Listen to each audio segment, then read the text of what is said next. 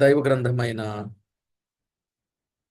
Bible గ్రంథం నుండి అపోస్తలుల కార్యముల గ్రంథం 13వ అధ్యాయం 35, 36 వచనాలు చదువుకుందాం. కాబట్టి వేరొక కీర్తన యందు నీ పరిశుద్ధుని కుళ్ళు పట్టనీయవని చెప్పుచున్నాడు.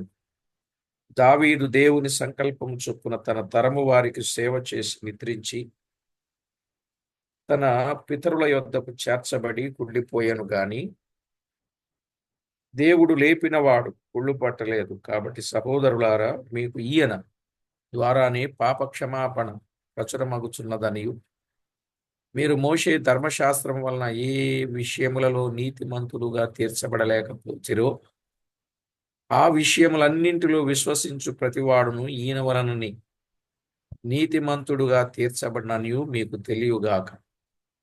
ప్రవక్తల గ్రంథమందు చెప్పబడినది మీ మీదికి రాకుండా చూచుకునుడి. అదేమనగా, ఇదిగో తిరస్కరించు వారులారా ఆశ్చర్యపడుడి, నశించుడి. మీ దినములలో నేను ఒక కార్యము చేసేదను. ఆ కార్యము ఒకడు మీకు వివరించినను మీరెంత మాత్రమును నమ్మరు అనెను. చదవబడిన ఈ వచన భాగాలలో దేవుడు తన సహాయాన్ని మనకు అందించగలుగునట్లు మనము ప్రార్థనా పూర్వకంగా దేవుని వాక్యాన్ని విందాం. దయచేసి ప్రార్థనలో ఏకీభవించండి. పరిశుద్ధుడవైన మా తండ్రి, పరమందు ఆసీనుడవైన మా దేవ, మీ ఘననామమునకు వందనములు, స్తుతులు, స్తోత్రములు చెల్లిస్తున్నాం. మా ప్రభువా, మమ్మును మీరెంతో ప్రేమించి మీ కృపతో జ్ఞాపకం చేసుకొని మా ఎడల మీరు చేసుకున్న జాలికై వందనాలు. మేమేమై ఉన్నామో అది మీ దయవలనే, మీ కృపే అయి ఉన్నామని నమ్ముచున్నాం. మేము ఇలా ఉండుటకు మీరిచ్చిన క్షేమమేనని మీకు కృతజ్ఞతలు అర్పిస్తున్నాం. మీ సంకల్పం మా పట్ల ఏమై ఉన్నదో తేటపరుస్తూ, మమ్మను బలపరుస్తూ, స్థిరపరుస్తూ, నడిపిస్తున్నందుకు స్తుతిస్తూ మా ప్రభు రక్షకుడైన యేసు క్రీస్తు నామమున స్తోత్రము చెల్లించి ప్రార్థించి వినీలమై వేడుచున్నాము తండ్రి. ఆమేన్. ప్రభునందు ప్రియులారా, పరిశుద్ధ గ్రంథమైన బైబిల్ నుండి మనము తేటగా ఆలోచన చేస్తున్న సంగతులు అపోస్తలుల కార్యముల గ్రంథములో దేవాది దేవుడు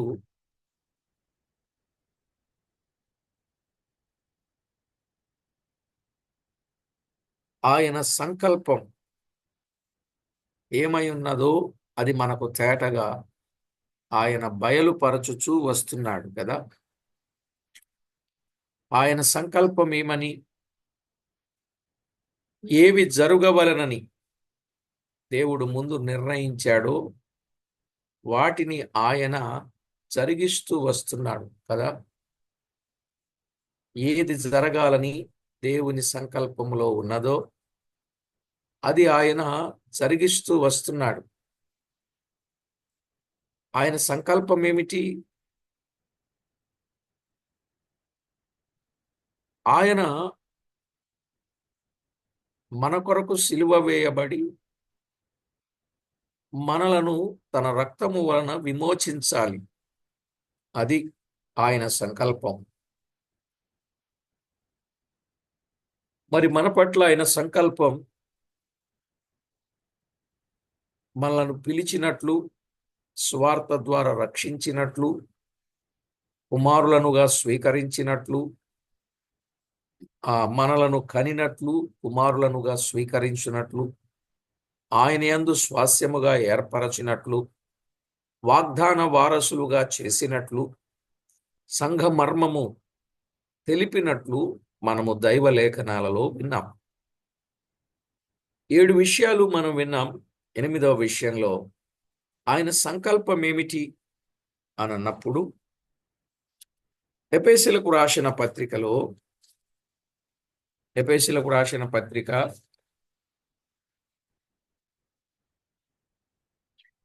మొదటి అధ్యాయం 8వ వచనాన్ని చదువుకుందాం. ఎఫెసీయులకు రాసిన పత్రిక 1:8లో మనము చదువుకున్నప్పుడు సంగమర్మము తెలుపుట అనగా సంపూర్ణమైన వివేచన కలుగుట అని మనము చదువుకున్నాం. ఇక 10వ వచనాన్ని చదువుకుందాం. ఎఫెసీ పత్రిక 1:10లో ఈ సంకల్పమును బట్టి, అంటే దైవ సంకల్పం, ఆయన సంకల్పం ఏమిటి? ఈ సంకల్పమును బట్టి ఆయన పరలోకములో ఉన్నవే గాని భూమి మీద ఉన్నవే గాని సమస్తమును క్రీస్తునందు ఏకముగా సమకూర్చవలనని తనలో తాను నిర్ణయించుకొనెను అన్నాడు.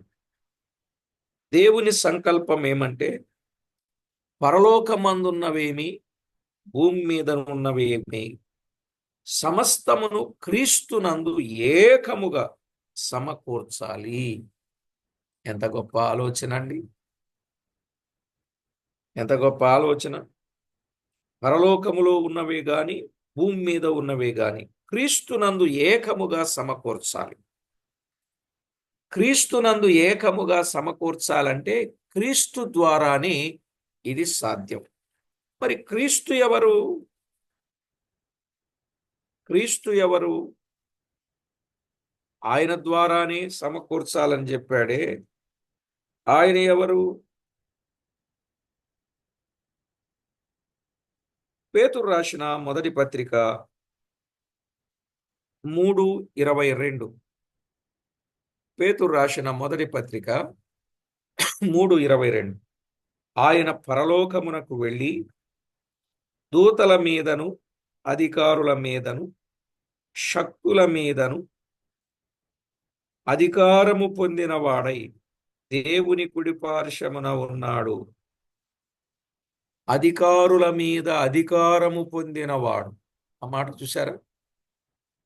అధికారుల మీద అధికారము పొందినవాడు. ఎక్కడ? ఆయన చెప్పిన సందర్భాల్లో మనుష్య కుమారునికి భూమి మీద సర్వాధికారము ఇవ్వబడింది అని చెప్పాడు కదా. చాలా వచనాలు మనం చూడొచ్చు. ఇక్కడ పరలోకములోను దూతల మీదను అన్నాడు. అంటే భూమి మీద పరలోకములో అధికారము కలిగిన వాడు క్రీస్తే గనుక క్రీస్తు ద్వారా భూమి మీద ఉన్నవి గాని పరలోకమందు ఉన్నవి గాని ఏకము చేయాలని ఆయన సంకల్పం. అర్థమైందండి? ఆయన సంకల్పం ఏమంటే భూమి మీద ఉన్నవి పరలోకమందు ఉన్నవి ఏవే గాని యేసుక్రీస్తు ద్వారా ఏకము చేయబడాలి. అందుకే ప్రియులారా, ఏకము చెయ్యాలి గాని భిన్నంగా ఉండకూడదు. కనుక దేవుని సంకల్పం ఏమంటే ఏకముగా సమస్తము క్రీస్తునందు ఏకముగా సమకూర్చడం. ఇక ఫిలిప్పీ పత్రిక 9వ 2వ అధ్యాయం 13వ వచనం. ఫిలిప్పీలకు రాసిన పత్రిక 2:13.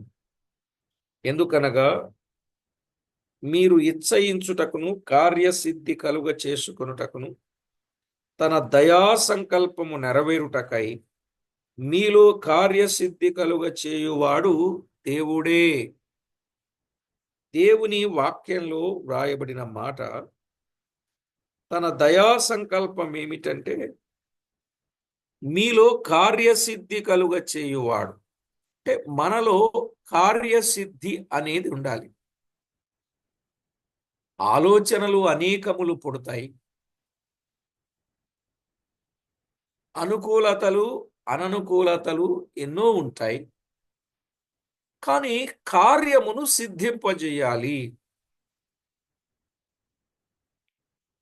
ఇక్కడ కార్యము సిద్ధింపజేయాలని చెప్తున్నాడు కదా. ప్రియులారా, మనం అసలు కార్యము సిద్ధింపజేసేది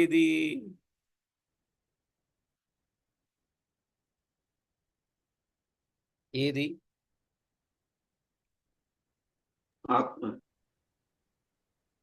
తెస్సలోనికైలకు రాసిన మొదటి పత్రిక 2వ అధ్యాయం 13వ వచనం. తెస్సలోనికైలకు రాసిన మొదటి పత్రిక 2వ అధ్యాయం 13వ వచనం. ఆ హేతువు చేతను మీరు దేవుని గూర్చిన వర్తమాన వాక్యము మా వలన అంగీకరించినప్పుడు మనుషుల వాక్యం అని ఎంచక అది నిజముగా ఉన్నట్టు దేవుని వాక్యమని దానిని అంగీకరించి గనుక మేమును మానక దేవునికి కృతజ్ఞతాస్తుతులు చెల్లించుచున్నాము. ఆ వాక్యమే విశ్వాసులైన మీలో కార్యసిద్ధి కలుగ చేయుచున్నది. ఆ వాక్యమే విశ్వాసులైన మీలో కార్యసిద్ధి కలుగజేయుచున్నది. అంటే ఇక్కడ కార్యసిద్ధి కలుగజేసేదేది? దేవుని వాక్యం. కనుక దేవుని వాక్యములో ఉన్న సత్యం ఏమిటంటే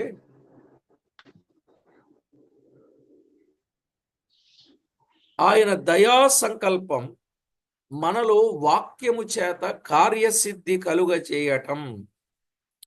దేవుని కొరకు కార్యాలు మనము కొనసాగించడం, కార్యాలు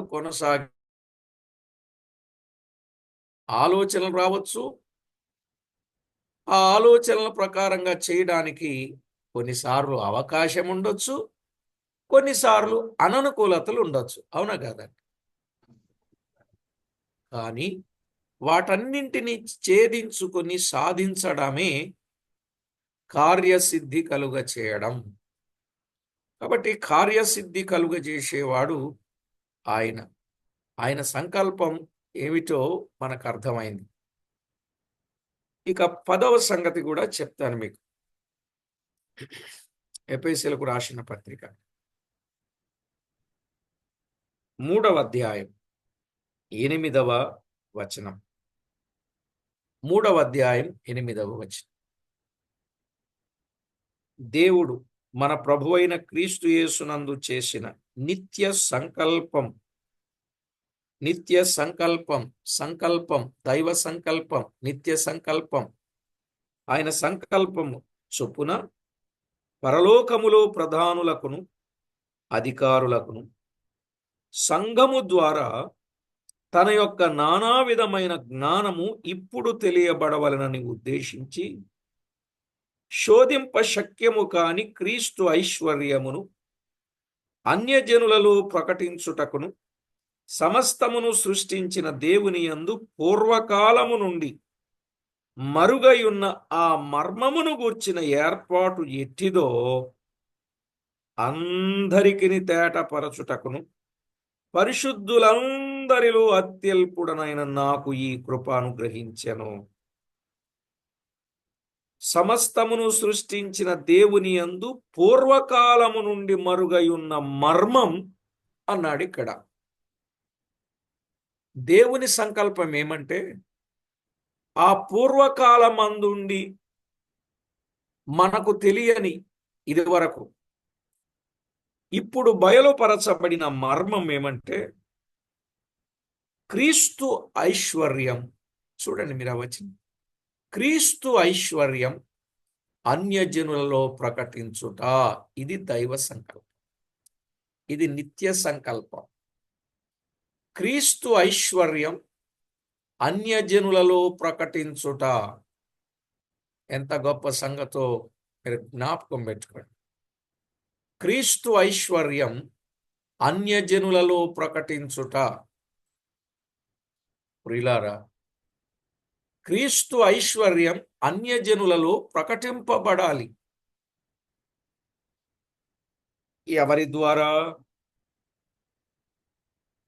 సంఘము ద్వారా. క్రీస్తు ఐశ్వర్యానికి అర్థం ఏంటంటే క్రీస్తు సువార్త. క్రీస్తు సువార్త అన్న క్రీస్తు ఐశ్వర్యమన్న ఒక్కటే. అర్థమైందండి? క్రీస్తు ఐశ్వర్యమన్న క్రీస్తు సువార్త అన్న ఒక్కటే.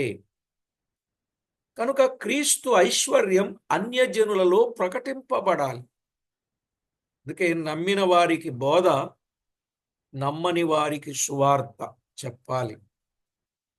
ఏమండి? నమ్మిన వారికి బోధ చేయాలి, నమ్మని వారికి సువార్త చెప్పాలి. ఈ రెండింటి వ్యత్యాసం కూడా తెలియదు కొంతమందికి. అది మనం ఏం చేయలేం, కానీ చెప్పినప్పుడు సంగతులను సరిగా అర్థం చేసుకోవాలి. సంఘమే సువార్త చెప్పాలండి. సంఘమే సువార్త సేవకు పంపాలండి. సంఘము ద్వారాని అది దైవ మర్మం, పూర్వకాలము నుండి మరుగై ఉన్న మర్మం. ఎప్పుడైతే సంఘముగా ఏర్పడారో, ఈ సంఘముగా ఏర్పడిన ప్రతి ఒక్కరూ సువార్త చెప్పాలి. అంటే తేలిగ్గా చెప్తా వినండి. రక్షించబడిన ప్రతి ఒక్కరూ తాను పొందిన రక్షణను బట్టి కృతజ్ఞత చూపించాలి. ఆ చూపించడమే మరొకరికి సువార్త ప్రకటించడం. అండ్ ఒక చిన్న విషయం మీకు చెప్తా. ఒక వ్యక్తి ఉన్నాడు, ఆయనకి చాలా బలహీనతలు, వ్యాధులు, రోగాలు ఉన్నాయి. చాలా మంది డాక్టర్స్ దగ్గరికి వెళ్ళాడు ఆయన. ఎవరి దగ్గరికి వెళ్ళినా నయం కాలే. ఆ తర్వాత ఒకరి దగ్గరికి వెళ్ళాడు. అక్కడికి వెళ్ళిన తర్వాత బాగుపడ్డాడు. బాగుపడినటువంటి ఆ వ్యక్తి ఆ ఊళ్ళో ఎవరైతే రోగులు ఉంటారో వారికి ఆయన చెప్తాడా చెప్పడా? ఏమని చెప్తాడు? ఒకప్పుడు నేను ఎలా ఉండేవాడినో తెలుసు, నా బలహీనతలు, నా రోగాలు తెలుసు, నేను ఎంతమంది దగ్గరికి వెళ్ళానో కూడా మీకు తెలుసు, ఎంత డబ్బు ఖర్చు చేశానో కూడా తెలుసు, ఎక్కడికి వెళ్ళినా నయం కాలేదండి. మీరు ఎక్కడికి తిరక్కండి, అక్కడికి తిరక్కండి, ఫలానా డాక్టర్ గారి దగ్గరికి వెళ్ళండి. ఆ డాక్టర్ గారు దేవుళ్ళని డాక్టర్ గారు, ఆయన చేతి సెలవే మంచి, ఆయన చేయబడితే చాలు ఎలాంటి రోగమైనా నయమైపోద్ది, ఫీజు తక్కువ, మందులు తక్కువ, ఇట్టే బాగుపడుద్ది అని చెబుతాడా చెప్పడా అండి? చెప్తాడు. ఏమండి? వాళ్ళు డబ్బులు ఇస్తే చెప్తాడా, డబ్బులు ఇవ్వకపోయినా చెప్తాడా?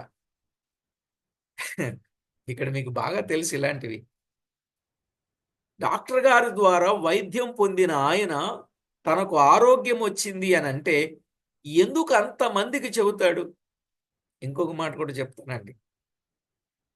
అయ్యా, ఎవ్వరి మాట వినొద్దు, నా వాటినయ్యా, ఈ ఒక్కసారికే విను. ఎంత రిక్వెస్ట్ చేస్తాడని ప్లీజ్గా. ఇంకెక్కడికి తిరగొద్దు. ఆయన బాధతో ఉంటే ఈయనకి ఎందుకండి బాధ? ఆయన బాగలేకపోతే ఈయనకి ఎందుకండి బాధ? బాగుపడినోడు కాముగా ఉండొచ్చుగా. ఉంటాడా? ఉండడండి. ఆ లాజిక్ మనకు అర్థమైతే, నిజంగా రక్షించబడితే మనం ఇక రక్షణ లేని ప్రతి వ్యక్తికి ఎలా చెప్తాం? అవతల రోగి ఇస్తే అంటాడు, అయ్యా హాస్పిటల్కి వెళ్ళడానికి డబ్బులు లేవు, ఏం లేవు, చాలా కష్టంగా ఉందంటే, అసలు ఏం వద్దయ్యా, ఎంతో కొంత, కొన్ని అవసరమైతే నేను నీకు సాయం చేస్తాను, నువ్వు వెళ్ళు అని చెప్తాడండి. ఎంత కృతజ్ఞత ఉంటాడంటే ఈ బాగుపడిన వ్యక్తి. ఏదో కూరగాయలు వేసుకున్నాడు అనుకోండి, ఆ బాగుపడిన కృతజ్ఞతతో ఆ పండిన వాటిలో ఏదో ఒకటి తీసుకెళ్ళి, పండో ఫలమో ఏదో ఒకటి తీసుకెళ్ళి ఇస్తాడా ఇవ్వడా? చూడండి ఆ కృతజ్ఞత. డాక్టర్ గారు, మీరు దేవుడండి, మీరు నన్ను బ్రతికించారండి, లేకపోతే నేను ఇలా బ్రతుకుండేవాడిని కాదండి. ఎంత కృతజ్ఞత కలిగి ఉంటాడండి. ప్రియులారా, ఇవన్నీ మనం ఆలోచన చేస్తున్నప్పుడు అండి, ఈ లోకములో ఉన్న ఉపకారుల కంటే గొప్ప ఉపకారం మన ప్రభువు మనకు చేశాడు. ఆ గొప్ప ఉపకారం చేసిన ప్రభువును గుర్చిన వార్త మనము చెప్పకుండా ఉండడం న్యాయంగా లేదండి. ఎక్కడున్నా, ఏం చేస్తున్నా, మన సంభాషణలో ప్రభువును గూర్చిన సంగతి తేటగా వివరించేటట్లుగా మనం ఉంటే మంచిది. వాదాలకు పోవద్దు, వాస్తవాలకు మాత్రమే సరిహద్దు అని గుర్తుపెట్టుకోండి. వాదాలకు పోవద్దు, వాస్తవాలే మన సరిహద్దు. మళ్ళా చెప్తున్నానండి, ఇది ఒక ఆణిముత్యం లాంటి సంగతి. వాదాలకు పోవద్దు, వాస్తవాలే మన సరిహద్దు. బాగుందండి. ఈ స్లోగన్ బాగుందంటారా? కొటేషన్. వాదాలకు పోతే ఏం జరుగుతుందో చూస్తున్నాం సమాజంలో. వాస్తవాల సరిహద్దులోనే మనం ఉండాలి. మన ప్రభువును గూర్చిన సంగతి మాత్రమే చెప్పాలి. కొన్నిసార్లు ఇవి చెప్దాం, అవి చెప్దాం, ఎన్నో చెప్దామని అనుకొని వాటన్నింటి ద్వారా మనము ఇబ్బందిని కొని తెచ్చుకునే వారంగా ఉంటాం. కాబట్టి ప్రభునందు ప్రియులారా, దైవ లేఖనాలలో వ్రాయబడిన వాస్తవిక సత్యాలు తేటగా మనము గమనించాలి, గుర్తించాలి. బైబిల్ గ్రంథంలో వ్రాయబడినటువంటి లేఖనాల వెలుగు మన మీద ప్రచురిస్తుండగా ఆ వెలుగులో మనము సంచరించాలి తప్ప వెలుగు వెలుపలికి మనం ఎన్నడూ రాకూడదండి. కనుక మర్మమై ఉన్న యేసుక్రీస్తు ప్రభువును గురించిన సంగతి మనం తెలుసుకోవాలి. ఆ మాటే చెప్పాడు కొలసైలకు రాస్తూ, కొలసైలకు రాస్తూ 2వ అధ్యాయం 2వ వచనాన్ని మనం చదువుకుందాం. మొదటి నుంచి చదివినా పర్వాలే. మీ కొరకును లౌదికే వారి కొరకును శరీర రీతిగా నా ముఖము చూడని వారందరి కొరకు నేను ఎంతగా పోరాడుచున్నానో మీరు తెలుసుకొనగోరుచున్నాను. వారు ప్రేమయందు అతుకబడి సంపూర్ణ గ్రహింపు యొక్క సకలైశ్వర్యము కలిగిన వారై. ఏమండి? సంపూర్ణ గ్రహింపు యొక్క సకల ఐశ్వర్యము కలిగిన వారై. అసలు సకల ఐశ్వర్యం అనేది ఎక్కడుందనుకున్నారు? సంపూర్ణ గ్రహింపులోనే ఉంది. ఎవరిని గూర్చి అక్కడే చెప్పాడు. దేవుని మర్మమయున్న క్రీస్తును స్పష్టముగా తెలుసుకొన్నవారై. దేవుని మర్మమయున్న క్రీస్తును స్పష్టంగా తెలుసుకున్నవారై. అదే సంపూర్ణ గ్రహింపు యొక్క సకల ఐశ్వర్యం. ఈ సకలైశ్వర్యము పొందినోళ్ళు ఎవరయ్యా అంటే దేవుని వాక్యంలో తేటగా మనము చూస్తున్నాం. మర్మమయున్న క్రీస్తు ప్రభువును స్పష్టంగా తెలుసుకున్న వారై. మరి ఆయనను గూర్చి స్పష్టంగా తెలుసుకున్నామా? ఆయనను గూర్చి స్పష్టంగా తెలుసుకోలేకపోతే ఎలా?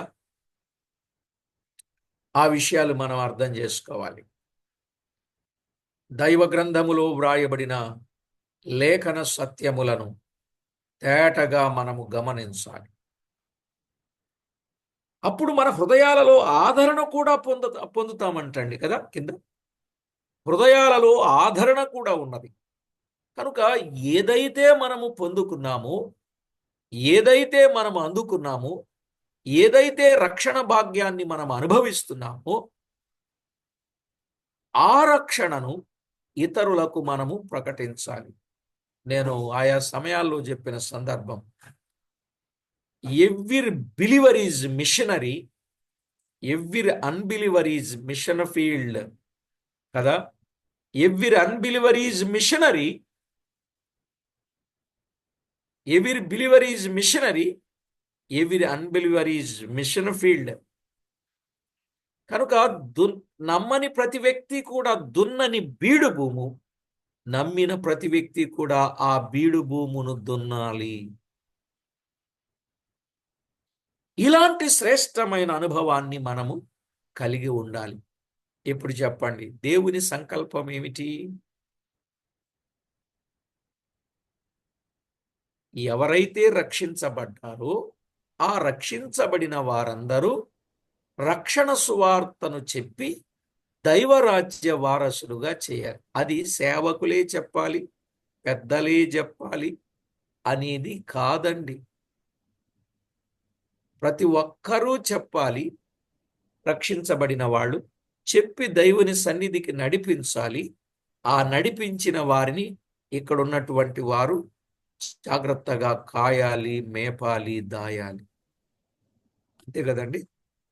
ఈ విధమైన ప్రాసెస్ కలిగి ఉండాలని దేవుని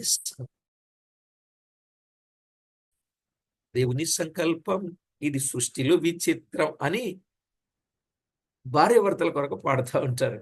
ఎక్కడెక్కడో పుట్టి ఎక్కడెక్కడో పెరిగి ఒక్కటిగా ఎక్కడయ్యారని పాడుతూ ఉంటారు. అది నిజమే, కానీ లేఖన సత్యం. మనము 10 సందర్భాలు విన్నాం కనుక ప్రతి ఒక్కరు కూడా ఈ విధమైన అనుభవాన్ని కలిగిన వారుగా ఉండాలి. రైట్, మన పాఠానికి వద్దాం. అపోస్తలుల కార్యముల గ్రంథం 30. బ్రదర్ లాస్ట్ 3 ఒక్కసారి ఒక్క లైన్ లో చెప్పండి బ్రదర్, బ్రీఫ్ చేయండి బ్రదర్. లాస్ట్ 3 8 9 10. ఓకే. అందరూ క్రీస్తునందు ఏకముగా సమకూర్చబడి ఒకరికొకరు ఆనుకొని పూనుకొని కార్యసిద్ధి కలుగజేసుకొనుచు క్రీస్తు ఐశ్వర్యమును అన్యులలో ప్రకటించాలి.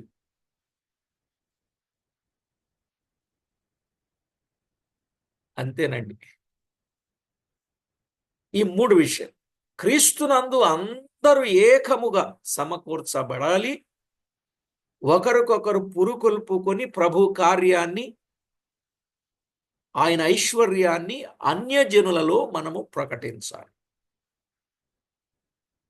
అంటే ఒక్కొక్క గడ్డి పరక పేరితే ఒక పలుపు అవుతుంది, ఏనుగునైనా బంధించవచ్చు. అంటే ఆ విధంగా మనమందరూ ఒక ఐకమత్యంతో ఉండి ఏకముగా క్రీస్తునందుండి క్రీస్తు కార్యాలు ప్రజలలో చేయాలి. మనకే ఒకరికొకరు పొసగక ఉండుంటే ఇక క్రీస్తు కార్యాలు మనం ఎక్కడ చేయగలుగుతాం అనే సత్యం కూడా ఇందులో దాగి ఉంది.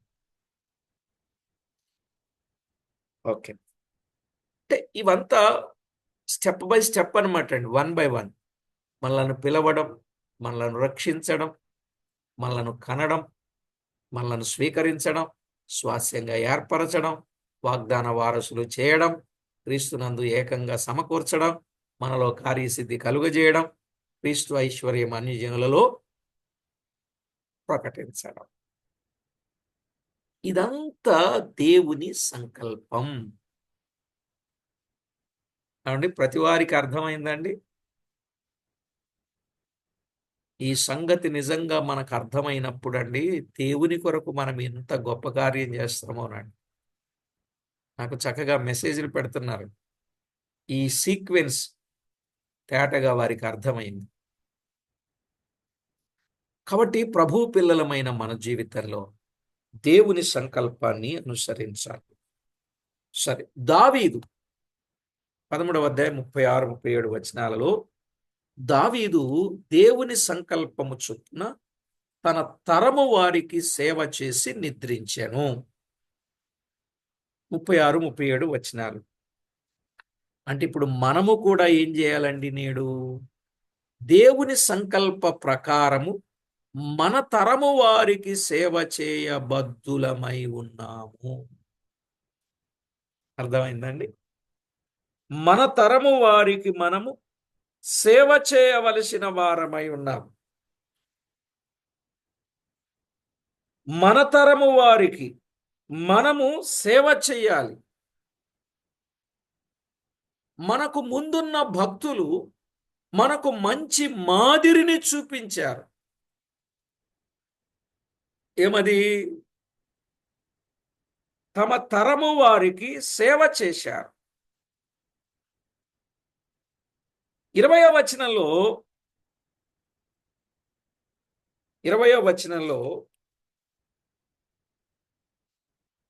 వరుస చూస్తున్నాం.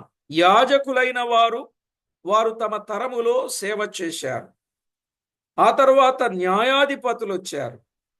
ఆ తరములో ప్రవక్తలు వచ్చారు. ప్రవక్తలు ఆ తరువాత దీర్ఘదర్శులు ఆ తరానికి సేవ చేశారు.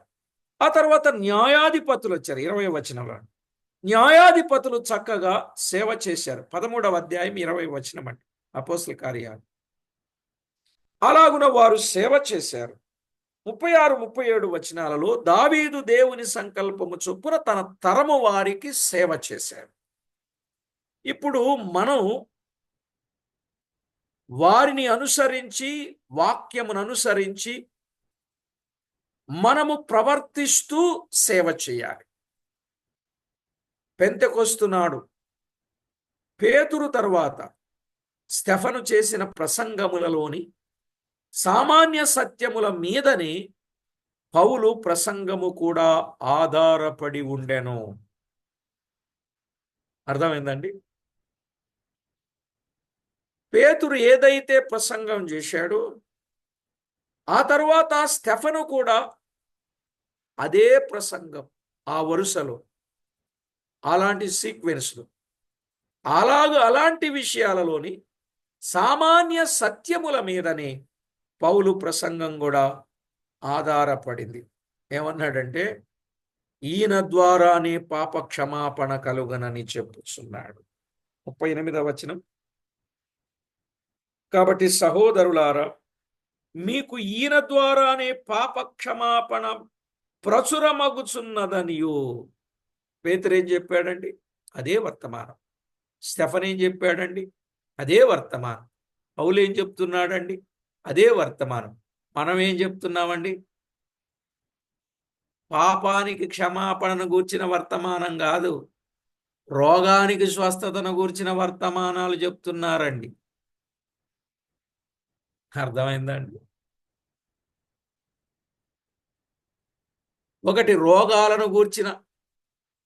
రోగాలు స్వస్థపరిచే లాంటి వర్తమానాలు,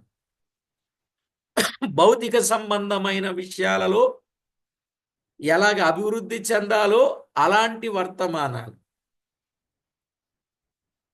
ఆస్తి గాని, అంతస్తు గాని, ఐశ్వర్యం గాని, కేడర్ గాని, స్థితి గాని, స్టేటస్ గాని, కదా, పేరు గాని, ప్రఖ్యాత గాని ఎలా రావాలో అలాంటి వర్తమానాలు చెప్తున్నారండి.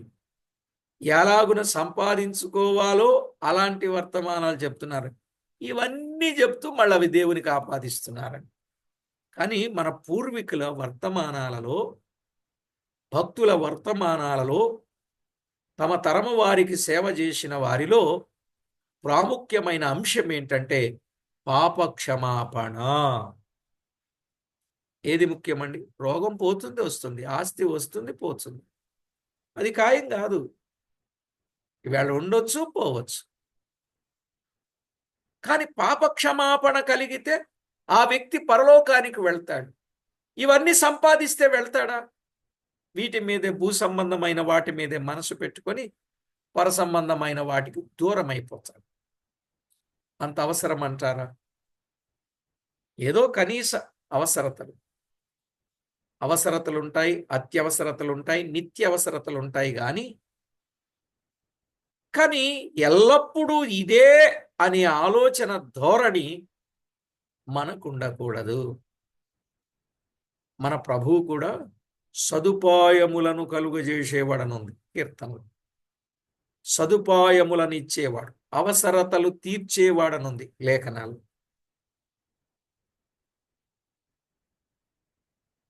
ఆ అవసరం తీర్చబడితే ప్రభుకు స్తోత్రం చెప్పి ప్రభువు కొరకు నమ్మకంగా ఉంటే చాలు. అలాగూ మన జీవితాన్ని ముందు కొనసాగిస్తే మేలు. 38వ వచనంలో ఆ మాట చూశాం. 10:43లో కూడా అదే కదా వర్తమానంలో. ఎవరు చెప్పారండి? 10:43 పౌలు పేతురు కొర్నేలి ఇంటి వారికి చెప్పిన వర్తమానం అదేగా. మీరు క్రీస్తు యేసు ద్వారా విశ్వాసం ఉంచినట్లయితే నీకు పాపక్షమాపణ కలుగుతుంది అని చెప్పాడు. అవునా కదా? క్రీస్తు యేసు ద్వారా విశ్వాసం ఉంచితే పాపక్షమాపణ కలుగును అని చెప్పాడు. అయితే ఇక్కడ పౌలు 39వ వచనంలో వారిని మించిపోయాడు. ఏమన్నాడంటే,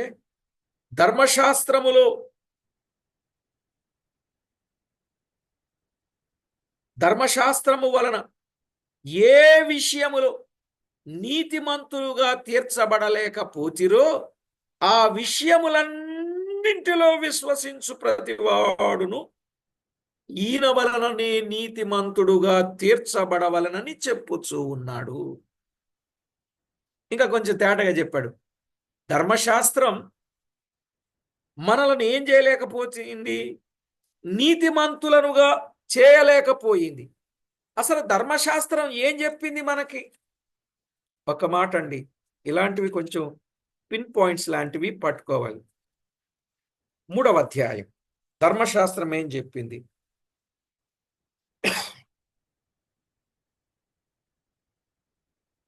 రోమాపత్రిక 3వ అధ్యాయం 19-20 వచనాలు.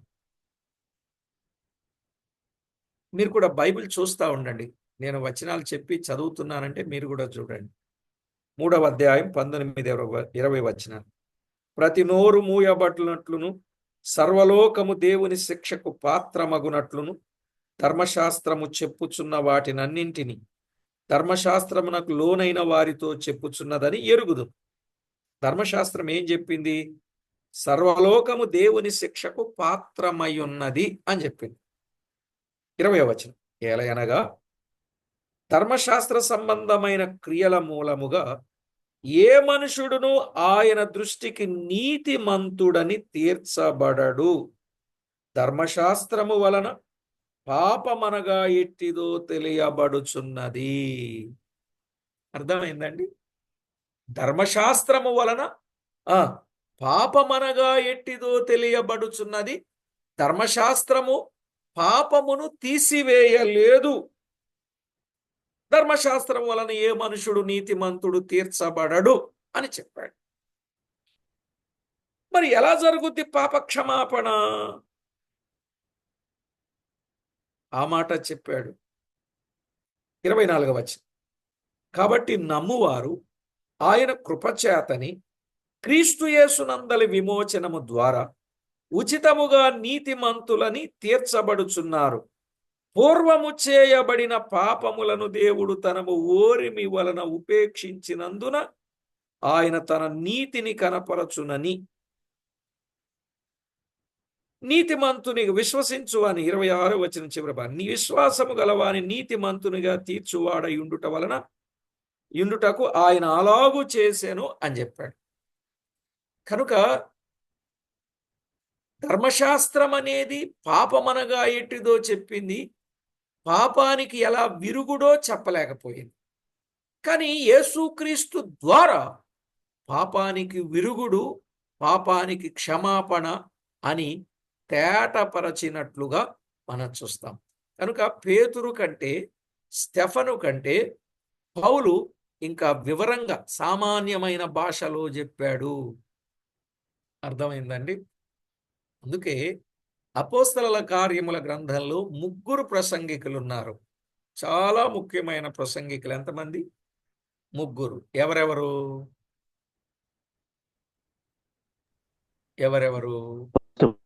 పేతురు, స్టెఫను, పౌలు. పేతురు, స్టెఫను, పౌలు. ఈ 3లో ముఖ్య ప్రసంగికుడు ఎవరు? పౌలు. పౌలు చేసిన ముఖ్యమైన ప్రసంగాలు ఎన్ని? నా వేళ్ళు ఎంతసేపు ఉంటే కూడా 3. పౌలు చేసిన ప్రసంగాలు కూడా 3. ఆయన చేసిన ప్రసంగాలు ఏమిటి? ఎవరికి? వీ డోంట్ నో అన్నట్టున్నారు మీరు. కాలేజీలో చెప్పాను, క్లాస్ చెప్పినప్పుడు. కాలేజీ వాళ్ళు కూడా ఉన్నారు కదండి, చెప్పండి. మరి మర్చిపోయారా? ఇలాంటివి మర్చిపోకూడదండి. నిద్రలో లేపినా మనం చెప్పగలిగి ఉండాలి. నిద్రలో లేపినా చెప్పగలిగి ఉండాలి. రెఫరెన్స్ చెప్పకపోయినా పర్వాలేదు, కానీ కంటెంట్ గుర్తుండాలండి. ఆయన చేసిన 3 ప్రసంగాలు. నెంబర్ 1, యూదులైన ఇశ్రాయేలీలకు చేసిన ప్రసంగం. ఎవరికి? యూదులైన ఇశ్రాయేలీలకు చేసిన ప్రసంగం. అది 13వ అధ్యాయం అపోస్తల కార్యాలు. ఇప్పుడు మనం ధ్యానం చేస్తున్నామే, ఈ 13వ అధ్యాయములో పౌలు చేసిన ప్రసంగం యూదులైన ఇశ్రాయేలీలకు చేసిన ప్రసంగం ముఖ్యమైనది. 2వ ప్రసంగం అన్యులైన గ్రీసు దేశస్థులకు చేసిన ప్రసంగం. అన్యులైన గ్రీసు దేశస్థులకు చేసిన ప్రసంగం. అది 17వ అధ్యాయం. అది 17వ అధ్యాయం అపోస్తలుల కార్యాల్లోనే. అది 17వ అధ్యాయం. యూదులైపోయారు, అన్యులైపోయారు. ఇంకెవరు మిగిలింది? మూడవ ప్రసంగం ఎవరికి చేశాడు?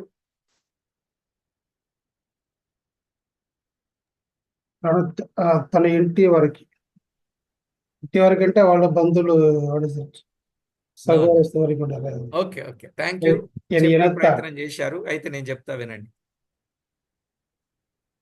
ఆయన చేసిన మూడవ ప్రసంగం ఏమంటే,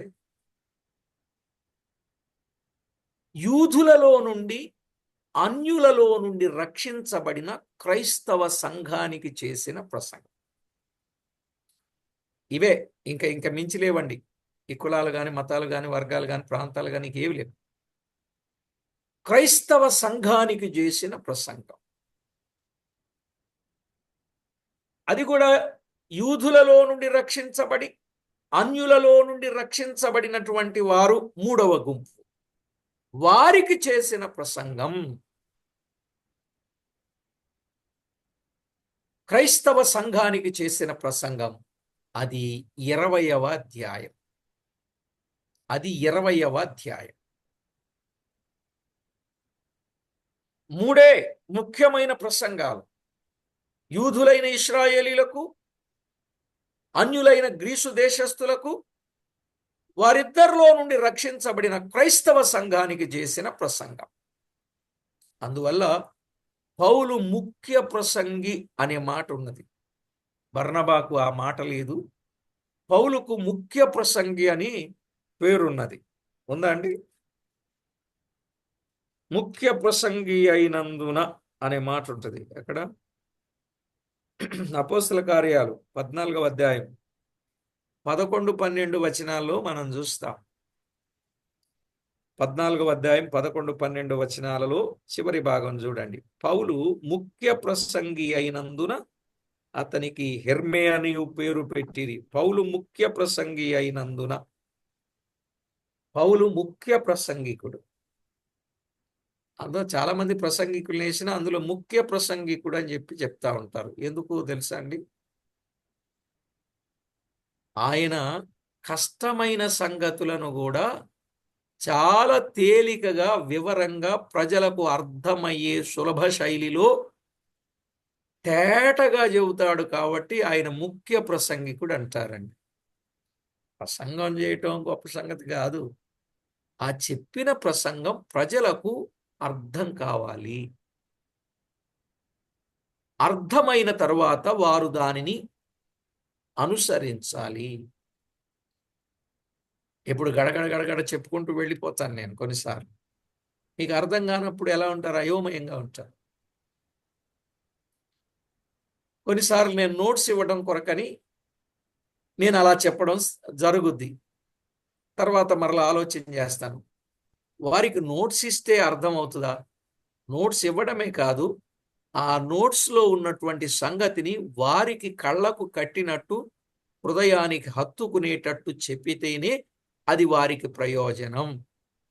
ఈ మధ్య ఇంకో పని కూడా చేస్తున్నా. అది కళ్ళకు కట్టినట్టు కనబడితే ఇంకా మంచిది. చెవికి వినబడినట్టు, హృదయమునకు హత్తుకునేటట్టు, కంటికి కనబడేటట్టు అని ఈ మధ్యకాలంలో స్క్రీన్ మీద వాక్యం చెప్తున్నా. ఎందుకంటే ప్రజలకు తేటగా అర్థం కావాలండి. మనం ఎంత చెప్పాము, ఎన్ని గంటలు చెప్పామని కాదు. అసలు హాఫ్ మినిట్లో ప్రసంగం కూడా చేయొచ్చని ఇప్పుడు నేను అర్థం చేసుకున్నాను. 1 మినిట్లో ప్రసంగం చేయొచ్చు, హాఫ్ మినిట్లో ప్రసంగం చేయొచ్చు అని నేను అర్థం చేసుకున్నాను.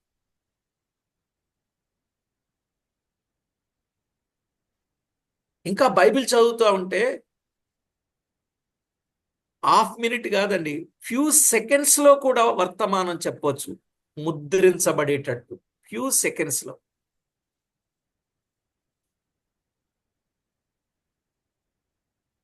కొన్ని వచనాలు చదివినప్పుడు నాకు అలా అనిపిస్తుంది అనమాట. ఈ ఒక్క మొక్క చెప్తే చాలు, గంటల గంటలు చెప్పక్కర్లేదు అనిపిస్తుంది ఒక్కొక్కసారి. ఈ ఒక్క మొక్క చాలు. అర్థమైందండి? ఏమండి, ముక్కలు అంటే మీరు అటు వెళ్ళారు, పోనీ అటు వెళ్తే నేను అటే వస్తాను చూడండి. మనము తినలేని ఇంత కర్రీ వేశారనుకోండి, తినలేనంత కర్రీ, అందులో ఏ ఒక్క ముక్క కూడా సరిగా లేదు, మనకు నచ్చలేదు. అదేదో మనకు నచ్చిన ముక్క ఒక్కటేసారనుకోండి, ఇప్పుడు చెప్పండి, అదంతా పక్కన పెట్టి ఈ ఒక్క ముక్క చాలు నాకు అని అనుకోరా? అట్లా కూడా ఉంటారు. కనుక నేను ఆ సంగతి కాదు, బైబిల్ గ్రంథములో ఉన్న వాక్యపు ముక్కలో ఉన్న వాస్తవం. అలాగని వాగ్దానాల ముక్కల కోసం నేను చెప్పడం లేదండి. దైవ లేఖనాలలో వ్రాయబడిన వాస్తవిక సత్యాల కొరకు చెప్తూ ఉన్నా. కాబట్టి ప్రతి ఒక్కరు కూడా ఈ ధర్మశాస్త్రం అనేది ఏం చెప్పింది మనకు?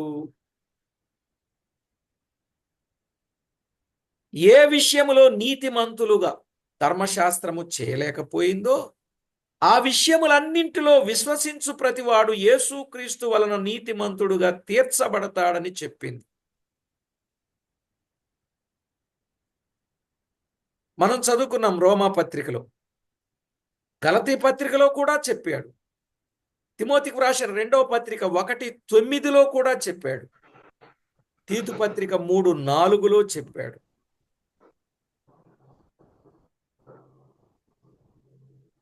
తీతు పత్రికలో తేటగా చెప్పాడు. కాబట్టి ప్రభునందు ప్రియులారా, 39 వచనాలలో ఉన్న వాస్తవికతను మనం అర్థం చేసుకున్నాం. మిగిలిన సంగతులను తర్వాత పాఠంలో మనం విందాం. మరి విశ్వసించి రక్షించబడ్డారా? ఏమండి, ఒక్క ముక్క మీకు వివరంగా చెప్తాను, ప్రార్థన చేస్తానండి. అపోస్తల కార్యముల గ్రంథములో 16వ అధ్యాయములో 30వ వచనములో, అయ్యలారా, రక్షణ పొందవలనంటే నేనేం చేయాలని జైలు అధికారి అడిగాడండి. అది మనకు తెలుసు. అప్పుడు వారేం చెప్పారండి? ప్రభు అయిన క్రీస్తునందు విశ్వాసముంచుము, అప్పుడు నీవును నీ ఇంటి వారు రక్షింపబడుదురు అన్నాడు. ఎప్పుడు? క్రీస్తునందు విశ్వాసముంచినప్పుడు, అప్పుడు నీవు నీ ఇంటివారు. అంటే నీవెప్పుడైతే క్రీస్తునందు విశ్వాసం ఉంచుతావో నీ విశ్వాసమును బట్టి నీవును, నీ విశ్వాసమును బట్టి నీ ఇంటి వారును రక్షింపబడుదురు అన్నాడు. ఒకరి విశ్వాసము ద్వారా ఇంటి వారందరూ రక్షించబడడానికి ఒక అవకాశం ఉంది. అవును, ఒక ఇంటిలో ఒక విశ్వాసి ఉన్నాడంటే ఆ విశ్వాసి లక్షణాలను బట్టి ఇంట్లో ఉన్న వాళ్ళందరూ కూడా ఏమవుతారండి? విశ్వాసులు అయిపోతారు. ఎందుకంటే అతని పద్ధతులు వేరు, ఆమె పద్ధతులు వేరు, నడవడికి వేరు, ప్రవర్తన వేరు, తీరు వేరు, పరిస్థితులు వేరు, మాట తీరు వేరు, ఆలోచన తీరు వేరు, విధానం వేరు, పరిస్థితులు వేరు, అన్నీ కూడా బాగుంటాయి. అదే తన కుటుంబం తనకు దూరంగా ఉంటే ఇంకా రకరకాల వాటిపైన ఆలోచన కలిగి ఉంటాడు. అందుకే చేరువలో, సమీపంలో, దగ్గరలో మనము మన కుటుంబం ఉండాలి. మన మధ్య మన పిల్లలుండి వారు మన మధ్య వాక్యము చేత వర్ధిల్లాలి. అదే చెప్పాడు 147వ కీర్తనలో కూడా కదా, మంచి గోధుమ పంటతో తృప్తిపరుస్తాను, నీ పిల్లలు నీ మధ్య ఆశీర్వదింపబడతారు అనే మాట. కనుక అలాంటి అనుభవాలలో మనము కొనసాగుదాం. ప్రభువుకు మనము మహిమ ఆపాదిద్దాం. ఆయన సంకల్పానుసారమైన పరిచర్యలో ముందుకు సాగు. ప్రార్థన చేసుకుందాం. పరమందు ఆసీనుడవైన మా దేవ, మహిమగల మా ప్రియ ప్రభువా, మీ గణనామమునకు వేలాది వందనములు, కోటానుకోట్లు స్తుతులు, స్తోత్రములు చెల్లిస్తున్నాం. మా ప్రభువా, మా దేవ, మమ్మునెంతో మీరు ఎక్కువగా ప్రేమిస్తున్నారు. మీ కృపతో జ్ఞాపకం చేసుకున్నారు. మమ్మను విడువక ఎడబాయక కృప చూపుచూ ఉన్నారు. మా పక్షంగా మీరు చేసిన ప్రతి విధమైన మేలులన్నింటిని బట్టి మిమ్మును ఎంతో స్తుతిస్తున్నాం. మా బ్రతుకులు మీరు చూపిన ఉపకారాల కొరకు స్తోత్రాలు అర్పిస్తూ మీ పిల్లలు మీ వాక్యము ద్వారా ఆధ్యాత్మిక మేలులు పొందడానికి మీ సెలవైనందుల కొరకై స్తోత్రము చెల్లిస్తూ మా ప్రభువా, ధర్మశాస్త్రం మమ్మును నీతిమంతులుగా తీర్చలేకపో యేసుక్రీస్తును పంపి ఆయన ద్వారా ఆయన యందు విశ్వాసముంచుట ద్వారా విమోచనము అనగా పాపక్షమాపణ కలిగి నీతిమంతులుగా తీర్చబడి నిత్య జీవమునకు వారసులమయ్యే భాగ్యం మీరు మాకు ప్రసాదింపజేసినందుకు కృతజ్ఞతలు చెల్లించుచు మా ప్రాణనాథుడు ప్రియుడు చేరి వచ్చిన ప్రతివారు విశ్వసించి రక్షించబడిన వారై మీ రాజ్యము కొరకు మీ రాకడ కొరకు రెడీగా ఉండడానికి సిద్ధపరచమని కోరుచు మా ప్రభు అయిన యేసుక్రీస్తు నామమున వేడుచూ ఉన్నాము తండ్రి. ఆమేన్. ప్రభునందు ప్రియులారా,